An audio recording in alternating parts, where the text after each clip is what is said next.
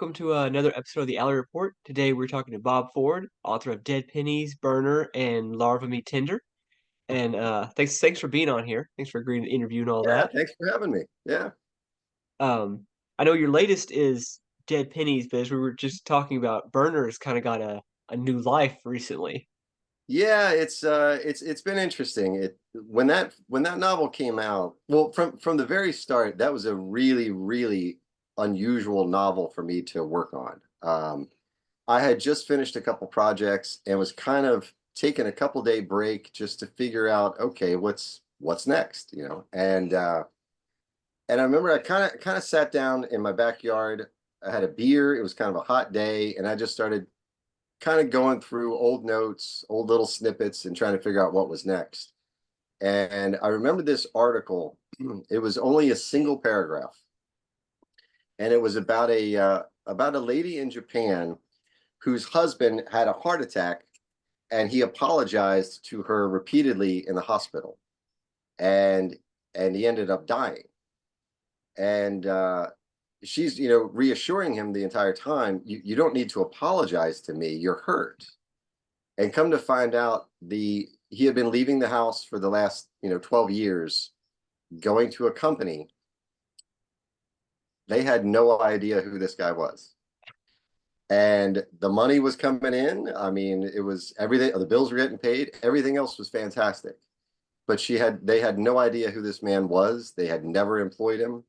And I searched and searched for a follow-up, and I couldn't find anything. Oh God. So it was that tiny little kernel of a news article collided with a lot of documentaries and things that I had been watching on human trafficking and just kind of the gritty, nasty underbelly of society to a degree. And I worked on the outline that afternoon, and I got to work the very next day. And I finished the first draft of Burner in less than a month. It Man. was it was intense. I mean, at times it was like I was really someone was dictating the idea, and I couldn't type fast enough to catch up to it. Um, but when that novel came out, there were 5-star reactions to the novel, and a lot of people said this is going to be talked about for years. And like any novel, it has its swells and lows, and that that's life. That's what happens, with new releases.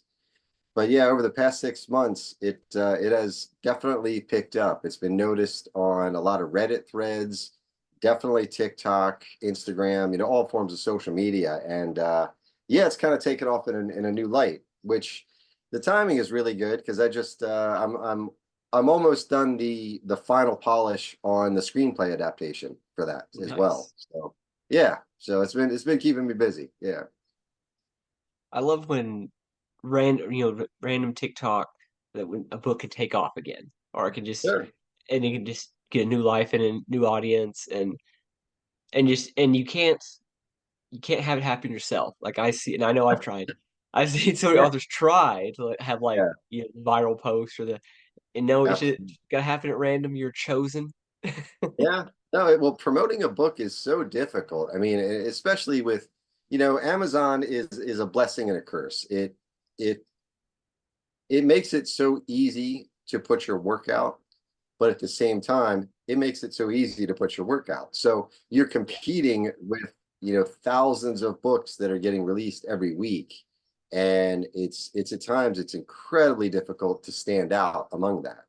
So, from what I've learned, the best thing to do is just to get a good team of ARC reviewers early on, help them, spread the word for you, and just be as involved on social media as you can. It feels tiring at times. It feels like you're a used car salesman because the only thing you're talking about is the current book. But I think most fans realize that. I think they get it, and it's an unfortunate part of the process, I guess. Yeah, because I had a book of mine that I did arc sent out Mhm. arc copies, gathered reviews, did all that stuff, and it did pretty well. And Yeah, I don't know what I was thinking or what was going on, but like for the second one, I didn't do as much of that, and sure. the night and day. Like the Yeah, first one did okay, the second one crashed and burned. But it's tough. it was It's like tough. you got to go out there and do all that, and I didn't, so I only Yeah. myself to blame. But That's all right. We all learn lessons along the way, man. Everyone. I don't care how long you've been doing this. Oh yeah. Um, oh, one thing, in your bio, you talk about, growing up in, relative isolation and how Yeah, that can impact you as a storyteller. Like absolutely. and that kind of spoke to me because like I too grew up in kind of the middle of nowhere. Like Mhm. how that can, It does, and I'm an only child on top of it. So where I grew up, it was a pretty big farm. And I mean, it was like 40 minutes away from a movie theater, 20 minutes from a grocery store. I mean, it was in the middle of nothing. But I can still look back, and think, I still know every inch of that farm. I know where the best streams were, and the other streams to stay away because there were copperheads there. yeah, I loved living in the barn and the hay bales. I would make forts and things like that. But it was just one of those things. It was an absolute breeding ground for your imagination to go wild. And I there were so many days I pretended I was the outlaw Josie Wales on the hillside, pretending I was a cowboy or something or whatever. But the turning point for me, I had an uncle live with me for a while, lived with my family for a while, and when he moved out, he left behind a paperback copy of Carrie and this old tattered, novel. And I kind of knew from a few pages in, this probably isn't something I should be reading right now. So I remember keeping that hidden. But I remember getting about the halfway point, and for the first time in my life, it sort of hit me that this was a writer who did this. Like, this is an actual job. This is something somebody can do. But the structure and how that novel was written, it just absolutely blew me away. And that was the turning point. I mean, my parents, they were always into, Tales from the Dark Side and the Twilight Zone and, anything at all horror related like that. So I grew up getting exposed to that stuff, probably at a younger age than I should have been, but it definitely formed and shaped a lot of the direction, for the rest of my life as far as writing goes. yeah. Because I was thinking, like, you grow up in the middle of the country, you have your imagination, and you kind of have to like you can't just go to the Yeah. playground or anything like that. You got to create that. Um, No, exactly. it is funny now that I have kids. I will drop them off to stay with my parents, and like they're like a lot more weary of it now because it's like they've gotten older, so now they're kind of like, man, there's a lot of venomous snakes out there. Like occasionally there are mountain lions. Like Sure. and like I mean I Sure. survived. Like they're fine. Like because they'll ask me, it's like they want to go down to the creek. I'm like they're fine. Like Right. I made it. Right. They'll be Right. good. Right. Um, Right. but I do feel like the Stephen King at a young age, like that's the thing I see in like almost every horror author I interview. And I know for Yeah. me, it was I was 11 and it was Cujo. That was my first Yeah. right into Sure. it. And it was like, Sure. before that it was reading, Scary Stories Telling Dark, Goosebumps, stuff like that. And then Cujo was like, okay, I leave all those things behind. Like this is Yeah. Oh, yeah. That's the turning of the tide right there. You can almost feel it. It's like, no, everything I read before that, I love it to death. It was awesome, but it's a shift in mentality, yeah. and it is. It's in a strange way, it's sort of like you're leaving childhood behind to a degree. Yeah. Um, and my entire taste changed after that. It was, I couldn't get enough of King, and then got exposed, as I grew older. There was a whole series of anthologies that came out. It was, uh, I think it was called In the Flesh, and every one of them had a beautiful embossed metallic cover. And when I saw it in the bookstore, I didn't even look at the names on the cover. I was like, nope, this is new. I'm gonna grab it. So it was great. Which is fantastic. Because isn't that how like when you're younger and you choose books, it really is just like, yeah, I'll try this. I'll try it. You get older and you're like, Sure, yeah, right, I'll look at it. I'll look into it, see what people say about it. Like when you're younger, right. it's like looks cool, like grab it, and then Absolutely, alter absolutely. who you are as a person. Yes, absolutely. And I think it's good to get exposed to a wide range of authors because Yeah, most young writers when they start out, they start emulating. they're heroes, when it comes to writing. They start Yeah. doing that. But that exposure over time, it kind of helps you define what your voice is. When you kind of start letting those other voices go away, it just kind of shapes who you are and what you want to say, you know. Yeah. And just, even if you're a horror writer going beyond the genre, like say, because I feel like whenever it's Stephen King, it was kind of like, oh, I can read grown-up books. So honestly, that Right. kind of started leading me to classics and things like that that I might have just ignored otherwise, Hmm. and really just widen my reading world, as it were. Sure. And like, Sure. my mom is like crazy reader all the time, and it's all different things. And so, even today, she would just be like, "Well, you need to read this." Like, okay, like it'll All be right. something that I wouldn't have thought of. It'll be amazing. Yeah, sure. Sure. Sure.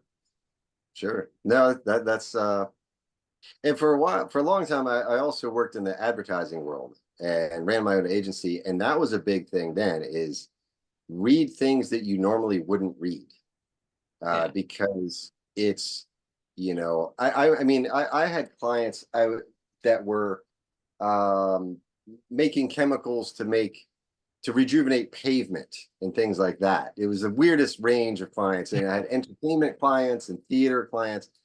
But when you're reading things, anything from raising bees to ancient Egypt to whatever, that whole pool of this weird information sort of sits in the back of your head.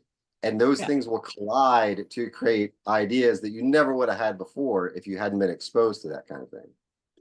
yeah, Yeah. and create characters that you can different. You can create a whole different background because you read this, like you said about the bees. Like, okay, this well, I'm gonna use my bee knowledge. This is the bee guy. Sure. Sure. Um, Sure. Absolutely. Yep. you mentioned like Twilight Zone, Tales from the Dark Side, all that. Growing up watching those anthology shows. Do you think that helps with as you start reading, the concept of a short story, like those kind of train you inadvertently into knowing the good structure of a good short story. Oh, absolutely, absolutely. Because everything in everything in the series that we just talked about, they're in such a condensed form, and you know, I don't ever remember getting bored with any of them because it's such a tight form that it has to be fast paced in order to make it work. And yeah, I absolutely, absolutely think so. I mean, there's been, there's absolutely been a shift with fiction, um, to even make it more fast paced and dig Yeah, into the action right away and things like that. But yeah, I think studying those things and even truly looking at the screenplays, all the Twilight Zone scripts are out. But when you look at the guys like Richard Matheson and how they handled certain things of the story and the plot, yeah, it absolutely, absolutely has an effect. I think I think that would absolutely be a great thing for people to study, to learn how to craft a short fiction better. yeah. 'Cause I mean, also with like I've read collections of like Matheson short stories and Charles Mhm. Beaumont's short stories, and so then Yeah, it's like, oh, I recognize this as Twilight Zone. Then you see that they wrote a story, they like what they cut, what they kept, how they yep, condensed it, what they changed, like, and a lot of absolutely, times yeah. the TV show version is like the leaner, meaner version. Hmm. Hmm. Hmm. And it's interesting, it's you know adapting. I've adapted several things of mine to screenplay format and written original scripts as well, and it's a very, very different animal to handle because, like you say, it usually is a page of script is a minute of screen time. Yeah, So yeah, taking your own work and adapting it over, you absolutely have to cut things down and make it lean. But doing that, I think when you go back to writing prose, it makes you a leaner writer there as well because you don't want to have any extra luggage, on your plot, on your storyline. So let's keep it fast paced and moving. yeah, When I wrote Burner, the approach I took to that, I think the longest chapter in that entire novel was about 1,300 words. I kept it extremely fast paced, and the sweet spot for me that I found for chapters is about 12 to 1,300 words. And what that does is I know what I want in the chapter to happen in the chapter. So I focus on that first line. I know where it's going to end, and the in between is just fast breakneck pace stuff to get done. But Yeah, at the same time, I absolutely adore good dialogue, and watching, other writers, handle, Elmore Leonard. Elmore yeah, Leonard's dialogue is so crisp and tight. I think any screenwriting student should study the West Wing series because that dialogue is such a very natural progression of how we talk in real life. They're always cutting each other off, in the middle of a sentence, and there's a dance that happens in the dialogue. And that's one thing that I tell a lot of young writers is, go anywhere that you're at. If it's at a bus stop, if it's at your job, if it's at a hospital, wherever, listen to how people talk. And it's going and study that and get that down.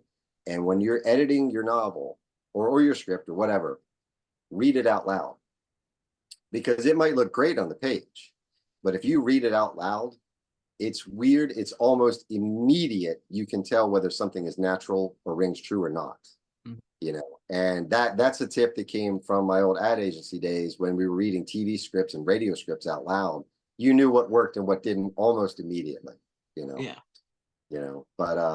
but yeah, no, times have changed, but they're still the same. yeah. But yeah, Because I kind of started out for years. I wrote plays and was yeah, in cool. theater, and that was the same thing. Was like you said, like dialogue can be combative. It can be a dance. It can be Yeah, this back and forth. You don't really have to describe somebody in a lot of detail if you can have the first thing they say like this is who this is, like sure. you know immediately from that dialogue, like, and Yeah, that's what Elmore Leonard can do. That he doesn't need to sit and have long descriptive because he tells you everything you need in dialogue about who these characters exactly. are, about what's happening, what the stakes are, what the danger is.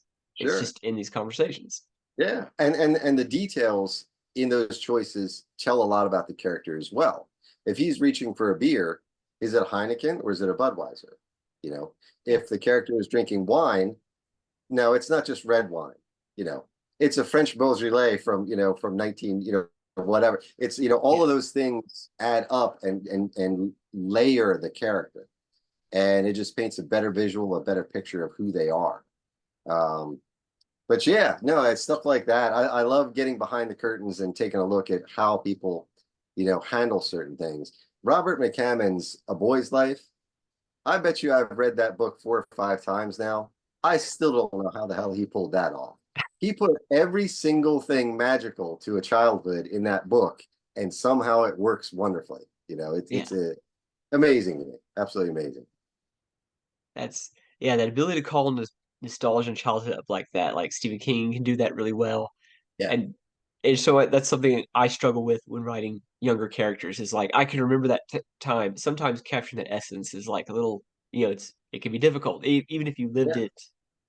Because I mean, Oh, there's absolutely. yeah, sorry, You're a parent now. You're a father. It's yeah. Your point of view has shifted, and a yeah, lot of times it's difficult to reach back and grab a hold of that magic of childhood, yeah, because it was such a very very specific thing, and to hit that nostalgia and melancholy at times, it's everything as a child is amplified. It's not a splinter you got cut with a sword. Everything is larger than life. So yeah, I know what you mean, and it is a struggle. It is a struggle. I've got outlines for a coming of age novel, and I'm just not quite ready for that one just yet. I know I'm not, so I'm setting it aside, until I can do it justice. You know. yeah. I have a few stories like that. It's the same thing where I sit on them for a while because I'm like I just don't know if I can pull this off. And Mhm. sometimes doing the whole just write a first draft, even if it's trash, just Sure. get to the end can help. But other times it's just like I'll get to the end and I'll be like, no, I don't know, I don't think so. Right, right. Like this one just isn't working. Yeah, yeah.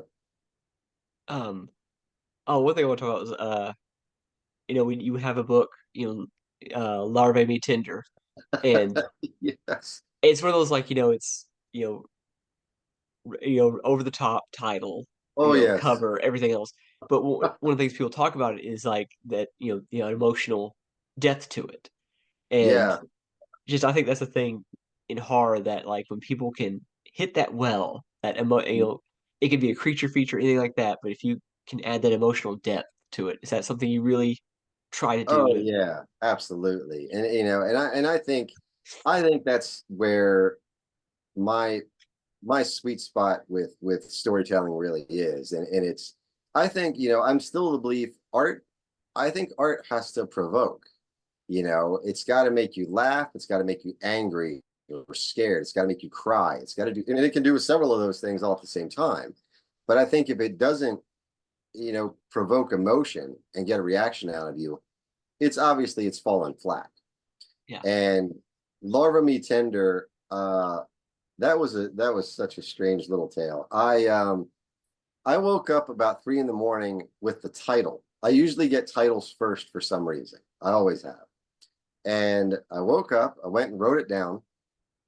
And for the next couple of weeks, I was like, so what the hell does that mean? I don't even know what that means, And about another 2 weeks after that, I was just finished up a few projects, and it all kind of came together in one afternoon.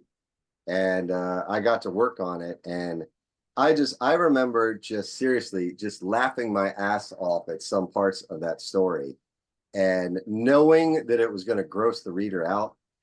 But as it progressed, the relationship between the characters, yeah, it was that loving parental relationship, and the situation between them, none of that mattered anymore.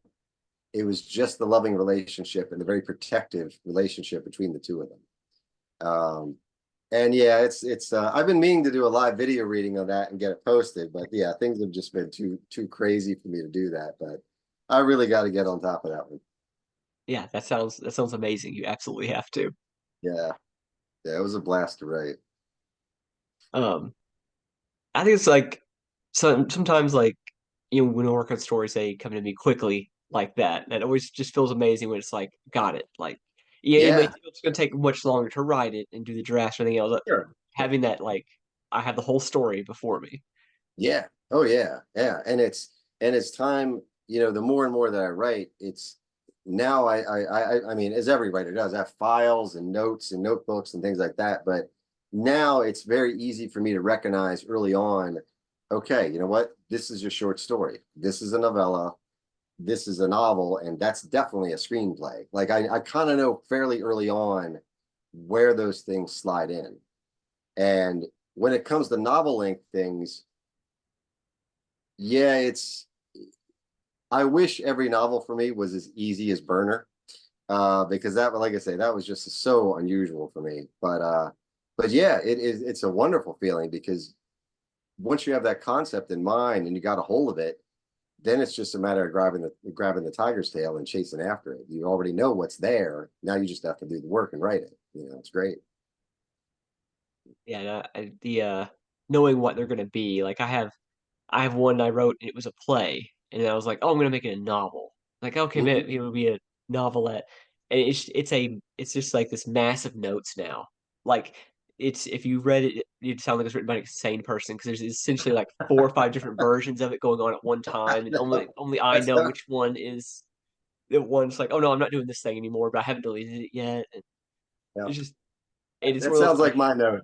yeah, I That's hate it. relatable. I hate this story, and I keep going back to it because I don't want it to beat me. It's like I don't know why I Right. do that to myself though. It's like Sure. But the thing is, you keep going back to it because something's there. You yeah, know it's there. You that's why I just keep need to thinking. chip away the stuff and get it. You'll get it. Yeah, something's not clicking into place with it, but I keep going back every few months. Maybe this weekend I'll try it again. Yeah, it'll happen. One day it's gonna click, and you're gonna just grab the file and go like, "That's what the hell this was all about." All right, I got it now. I got it. It'll happen. Yeah, that's fingers crossed on that one. Yeah. um, well, thank you for coming on here and Yeah, letting me sure. do this. No, It's thanks, man. fantastic. Yeah, no, thanks for having me on. Like I say, it's been a busy couple years. I I'm writing full time right now. I have been for the past couple of Awesome. years, and it's I've been doing straight old school Western novels, and I'm ghostwriting those. Yeah. Um, so obviously I can't reveal the author's name, Yeah. but it's a very fast turnaround. It is a 71,000 word novel every 5 weeks. Oh, So dang. it's pretty intense. It's pretty intense. But I just started novel number 20, and Oh, that's since August 2022. So it's been pretty intense. But I've learned a lot of production hacks to trick myself into staying oh, productive. nice. Lot of Red Bull though. A lot of Red Bull is involved. There's no doubt about that. I But mean, yeah, it's huh? oh, I'll say like when I used to work at Borders for years, and Yeah, when people would buy books, the things people would buy in like bulk, it would be people buying westerns or people buying romance yeah, novels, and that would be they come up to the counter with a stack. No one just bought one; sure. they bought a Yeah, stack. yeah, and it's crazy. And I look at the sales of the westerns that I ghostwrite, and never in a million years would I ever have expected westerns to sell like they are. Man, I've written uh let's see, three, four. I've written four westerns under a pen name for me, Gideon Stone, which I don't hide that. It's just, whatever. I just had to separate it from my horror work so people wouldn't stumble into it and go, what the hell is this? But I think things like Yellowstone and Kevin Costner's two westerns that are coming out, the last Deadwood movie. Westerns is another thing. It comes and goes in cycles. And I think, yeah, this Hollywood, they've sparked a whole new interest on it. And it's just yeah, it's selling far beyond anything that I ever would have expected. So, but at the same time, yes, this job, it pays the bills, but I am definitely itching to get back to something horror related. yeah. So I think right now I've got a couple different outlines. I think right now I'm going to the one that keeps pestering me in the back of my mind is my first intentional venture into extreme horror, Okay. and that keeps kind of coming up when I'm doing something else. Going, are you ready yet? Oh, But it's okay. one of those things you had mentioned earlier. It about storylines and plots and things. Just extreme horror, just a madman going around with a machete or whatever is going on, that's not enough for me. The characters have Yeah. to be complex. They got to have a storyline behind it, or else I just don't care. So that's one of the things that I'm focused on. I've been fine tuning the outline, and yeah, that'll be my next venture. I think that's going to be the next thing that I'm going, and it's going to kind of be in the same voice and tone as Burner, which I think will be a good thing for me to put Oh, out nice. next. That's good. Yeah, it's gonna be awesome. Well, Yeah. I can't wait to read that, and yeah, everyone check out Burner. It's having its moment, like, and you want to be part of it. And thank you again. Hey, thanks so much for having me on, man. It was a great time.